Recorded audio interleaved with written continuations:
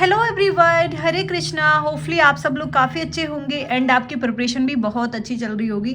जैसा कि आप सबको पता है, हमारा जो आरआरबी एनटीपीसी का एग्ज़ाम है उसके लिए काफ़ी कम समय बचा हुआ है और हमारे एग्ज़ाम का जो डेट है वो अप्रैल में ही आएगा। तो हाँ, ये कंफर्म है कि एग्ज़ाम है अप्रैल में स्टार्ट हो जाएगा। तो हमारे पास दिसंबर तो हमारे पास बिल्कुल भी नहीं है, क्योंकि इसमें तो हमारे 15 डेज से भी 15 16 17 डेज कुछ बचे हुए हैं। तो हम इस दिसंबर को तो ऐड करेंगे ही नहीं। अब हमारे पास बचता है जनवरी एंड फेब एंड मार्च।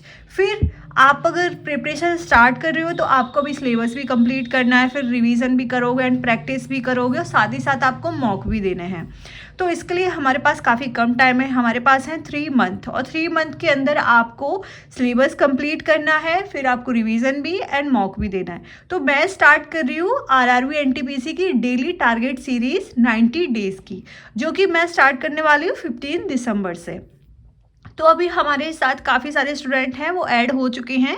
तो इसके लिए मैंने पूरा प्लान, इसका मैंने पूरी स्ट्रेटेजी बनाई है कि मैं कैसे 90 डेज़ में पूरा सिलेबस कंप्लीट करवाऊंगी। और तो अभी हम बात करेंगे, काफ़ी सारे जो स्टूडेंट हैं उनको नहीं पता है कि इसका जो एग्ज़ाम पैटर्न है वो क्या होता है, तो मैं वो बताने वाली हूँ। जैसे कि हमारा CBT 1 होगा सबसे पहले, जो कि हमारा अप्रैल में स्टार्ट होगा। तो इसमें हमारा जो मैथ है वो 30 क्वेश्चंस आएंगे 30 मार्क्स के, एंड रीजनिंग में हमारे 30 क्वेश्चन है 30 मार्क्स के। और जनरल अवेयरनेस, देखिए हमारा जनरल अवेयरनेस का भी अच्छा वेटेज है। इसमें हमारे 40 मार्क्स का जनरल अवेयरनेस रहेगा एंड 40 क्वेश्चंस रहेंगे एंड 40 मार्क्स का। और हमें टाइम दिया जाएगा 90 मिनट एंड 1/3 की हमारी नेगेटिव मार्किंग रहेगी। और ये हमारा क्वालिफाइंग होगा, बट इसमें भी हमें अच्छा स्कोर करना पड़ेगा 80+। तो हमें अपना मॉक का जो स्कोर लेकर चल रहा है वो 90+ लेकर चल रहा है, बट हमारा जो सेफ स्कोर माना जाएगा वो है 80+। अब हम बात करेंगे CBT 2 एग्ज़ाम की। जब हम इसको क्वालिफाई कर लेंगे उसके बाद हमारा CBT 2 एग्ज़ाम होगा। तो इसमें हमारा मैथ 35 क्वेश्चंस आएंगे एंड 35 मार्क्स के रहेंगे। रीजनिंग भी हमारा 35 question and 35 marks and general awareness 50 question and 50 marks. तो अगर आप देखोगे इसमें आपको मैथ्स रीजनिंग का वेटेज तो है ही, बट जनरल अवेयरनेस को आप इग्नोर नहीं कर सकते हो, क्योंकि जनरल अवेयरनेस हम देखें तो 40 मार्क्स का हमारा CBT 1 में आ रहा है एंड 50 मार्क्स का हमारा CBT 2 में आ रहा है। तो दोनों में ही जनरल अवेयरनेस का काफ़ी अच्छा वेटेज है। तो आपको मैथ्स को तो टाइम देना ही है। मैथ्स को अगर जैसे काफ़ी सारे स्टूडेंट बोलते हैं मैम कितना टाइम दें सब्जेक्ट को, तो मैं आपसे बोलूँगी कि 3 आवर्स, और 3 आवर तो आप क्लास कंप्लीट करने में लीजिए मैथ्स की, और 1 आवर की प्रैक्टिस रखिए। तो आपको मैथ में अपना 3 से 4 आवर देने हैं।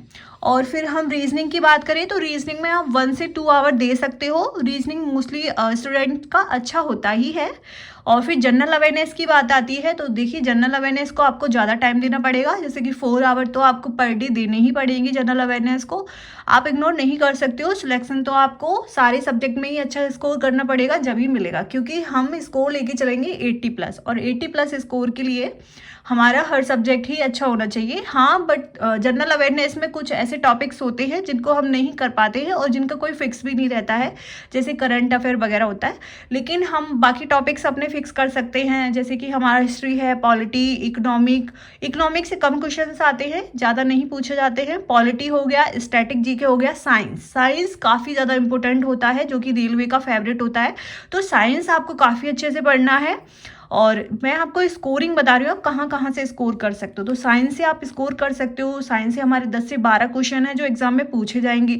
स्टैटिक जीके काफ़ी ज़्यादा इंपॉर्टेंट होता है, उसमें हमारे 10 से 12 क्वेश्चन हमारे स्टैटिक जीके से रहते हैं, जैसे कि हमारे 40 मार्क्स का जनरल अवेयरनेस रहता है। फिर उसमें हमारे 3 से 4 क्वेश्चन करंट अफेयर के रहेंगे। एक बार को आप करंट अफेयर को इग्नोर कर भी सकते हो, बट बाकी सब्जेक्ट तो आप कर सकते हो। मैं ये नहीं कर रही हूँ कि आप करंट अफेयर को पढ़ो, आप अपने बाकी सब्जेक्ट तो अच्छे कर ही सकते हो जनरल अवेयरनेस में।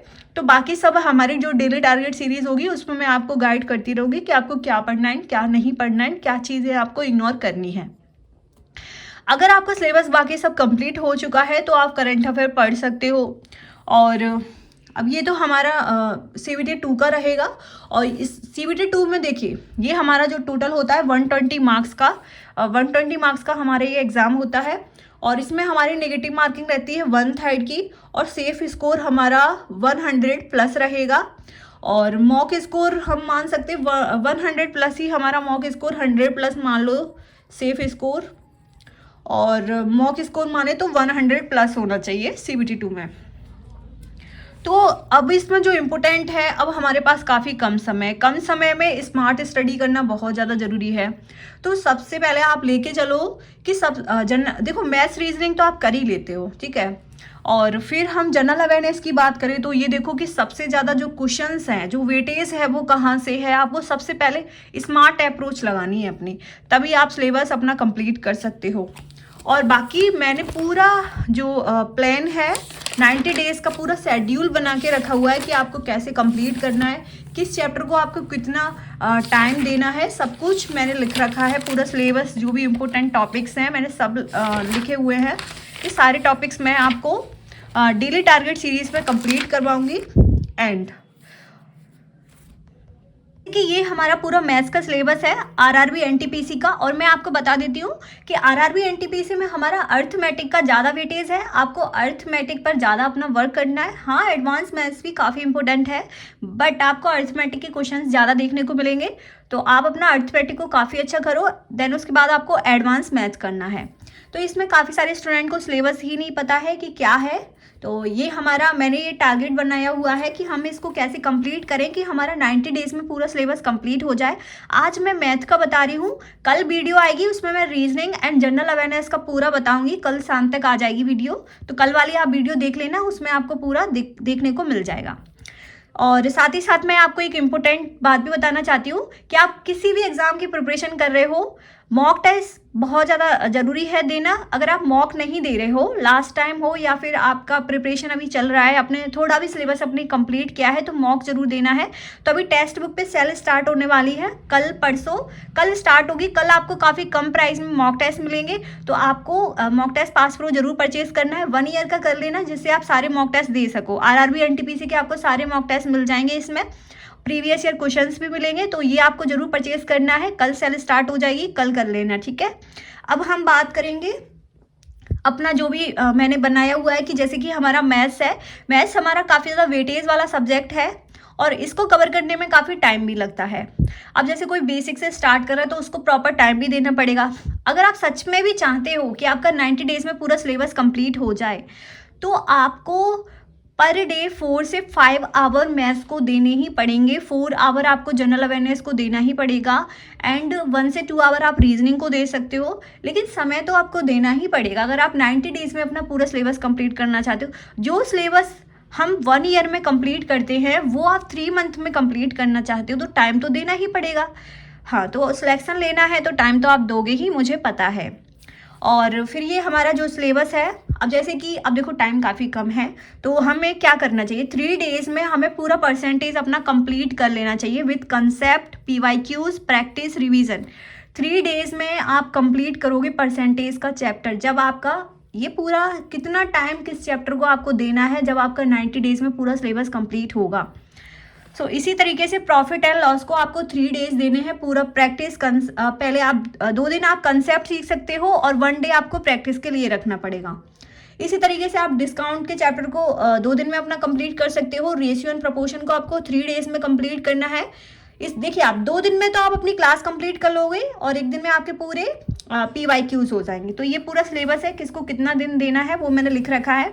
बाकी मैं रीजनिंग और जनरल अवेयरनेस का पूरा बताऊंगी और PDF वगैरह मैं सारी अपने ग्रुप में शेयर करूंगी। और जो इम्पोर्टेंट होता है, ये रीजनिंग का भी मैंने लिख रखा है। बाकी अब मैं आपको ये बताने वाली हूँ कि एग्जाम के लिए क्या इंपॉर्टेंट है अगर आप सिलेबस कंप्लीट कर रहे हो। जैसे कि आप पहले क्या सीखोगे, कंसेप्ट। आपको सबसे पहले आपको सीखना है कंसेप्ट। देन कोई भी चैप्टर कंप्लीट करो, मैथ्स का किया। अभी क्या है, मेरी पेन मेरे पास नहीं है तो मुझे अभी पेन को अपना निकालना पड़ेगा, निकालती हूँ मैं। जैसे कि आप अगर मैथ्स का कंप्लीट कर रहे हो, मैथ्स एंड रीजनिंग कंप्लीट कर रहे हो, तो इसमें आपको करना क्या है, देखिए अगर परसेंटेज का चैप्टर मैं आपको ये समझा रही हूँ कि आप कैसे कंप्लीट करोगे तब आपका 90 डेज़ में पूरा सिलेबस कंप्लीट होगा, ठीक है। तो परसेंटेज का चैप्टर है, 2 दिन में आपने क्या किया, कंसेप्ट सीखे। 2 डेज़ में कंसेप्ट सीखे।